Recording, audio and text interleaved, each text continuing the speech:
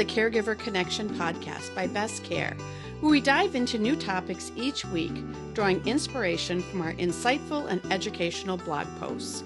We're committed to providing valuable information that impacts both home care clients and caregivers.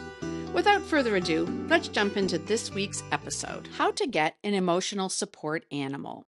For many individuals manning mental health challenges, emotional support animals can provide valuable companionship and therapeutic benefits.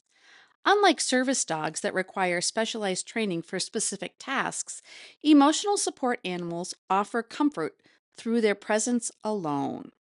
Whether you're providing or receiving home care services or simply exploring mental health support options for yourself or a loved one, understanding how to obtain an ESA in Minnesota can open doors to improve well-being and independence. This guide will walk you through the process of getting an emotional support animal, from understanding qualifications to navigating housing protections. Understanding what disabilities qualify for emotional support animals. The first step in obtaining an emotional support animal is determining whether you or your loved one meets the qualifying criteria. Healthcare professionals may recommend ESA for a range of mental and emotional conditions such as anxiety disorders, depression, PTSD, ADHD, autism spectrum disorders, age-related cognitive decline, panic disorders, and various phobias. While service animals assist with specific physical tasks, emotional support animals provide therapeutic benefits through companionship and emotional stability. A licensed mental health professional would be a great resource to help determine if a person's condition significantly impacts their daily life and whether an ESA would be beneficial as a part of their treatment plan. Types of emotional support animals: more than just dogs. Can a cat be an emotional support animal? Yes, cats, along with various other domestic animals, can serve as emotional support animals. The key requirement is that the animal provides comfort and emotional stability to their handler. Common ESAs include dogs, cats, rabbits, birds, and even some smaller mammals. The choice often depends on the person's living situation, personal preferences, and specific therapeutic needs. What matters most is the bond between the individual and their animal and how they contribute to their mental health stability. How to get an emotional support animal letter. To live with an emotional support animal in rental housing or bring one to their space of employment, an individual may need to request a reasonable accommodation from their landlord or employer, and this typically requires some supporting documentation. ESAs and rental housing. According to the Minnesota Department of Human Rights, a landlord may require a tenant to submit a letter from their doctor confirming the tenant's disability or showing the tenant's need for a service or emotional support animal. While this documentation needs to come from a healthcare provider, the landlord is not entitled to the person's full medical history. Furthermore, during the verification process, if the person is currently living in the housing with their ESA, the landlord must allow the person and their support animal to continue residing there. ESAs and employment. The Minnesota Department of Human Rights has similar guidance for employers. When assessing an employee's reasonable accommodation request to bring an animal to work, the employer may collect the exact same information it collects when determining whether to grant any other type of accommodation request. This can include information that establishes the disability, the need for the accommodation, and information about the animal to confirm that it is needed and what it does for the employee in the workplace. Obtaining documentation for an ESA. Consulting with a healthcare provider is the first step in obtaining ESA documents for an employer or landlord. A healthcare provider will issue documents if they determine that the ESA is appropriate as a part of the individual's care plan. How to register an emotional support animal. The truth about registration in Minnesota. A common misconception persists about registering an emotional support animal. According to regulations from the Minnesota Department of Human Rights, the Minnesota Human Rights Act does not require service or emotional support animals to be registered. There is no official registration, certification, or licensing required for emotional support animals. Nevertheless, many websites offer ESA registration services, ID cards, or vests. However, these have no legal validity. The Minnesota Department of Human Rights warns citizens to beware of online certifications, letters, animal vests, or other equipment, and notes that there is no legal requirement that a service or emotional support animal be certified, nor does the law require an emotional support animal to wear an identifying vest or other equipment. Save money and avoid these unnecessary services.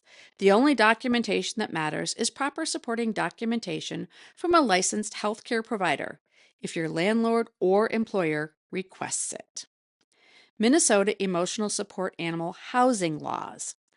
Understanding Minnesota's emotional support animal housing laws is essential to protecting one's rights.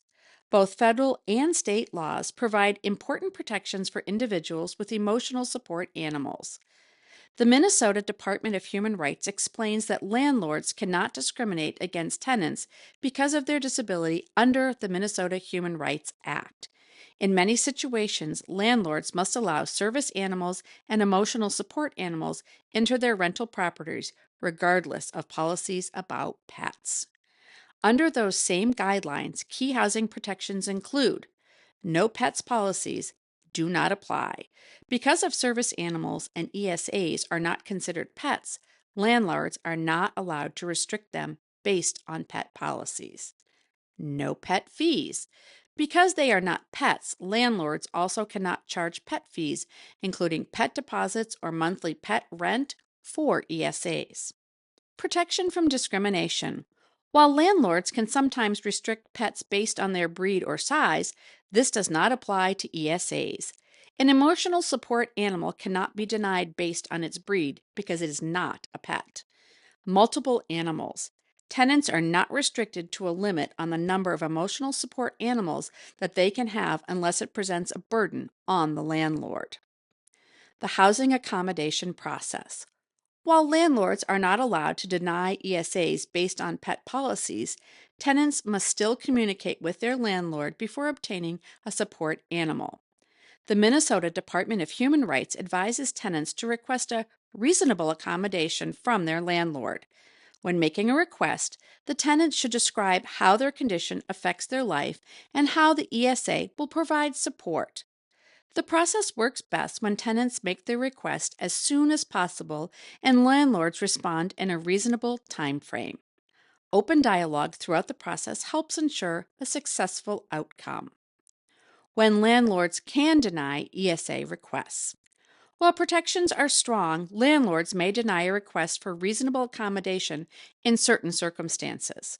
According to Minnesota law, a landlord may deny a tenant's request for a reasonable accommodation to live with a service animal or emotional support animal if the request causes an undue burden.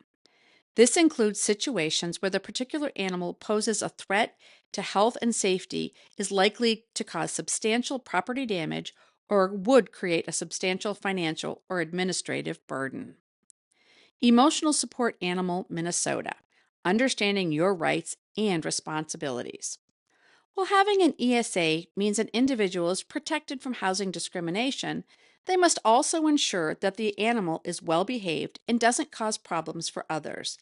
The Minnesota Department of Human Rights notes that generally service and emotional support animals are required to comply with landlord policies related to animals unless the tenant can show a disability-related reason why an exception should be made. This includes requirements that animals be housebroken, not bark excessively, be vaccinated, and comply with local licensing requirements. Additionally, a landlord can insist that tenants with service or emotional support animals comply with local ordinances requiring that animals be licensed or immunized. Service animals have additional protections under the law in Minnesota, and it's important to note that these same protections do not extend to emotional support animals.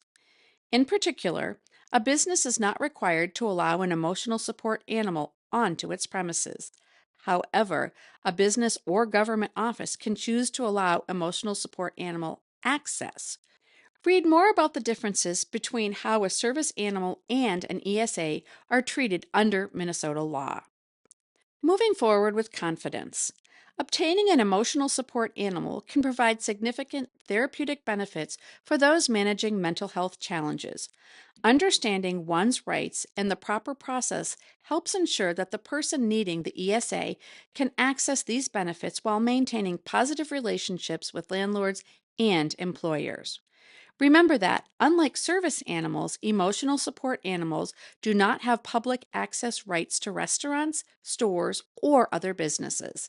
However, the housing protections provided under both federal and state law offer important support for maintaining an emotional support animal in their home.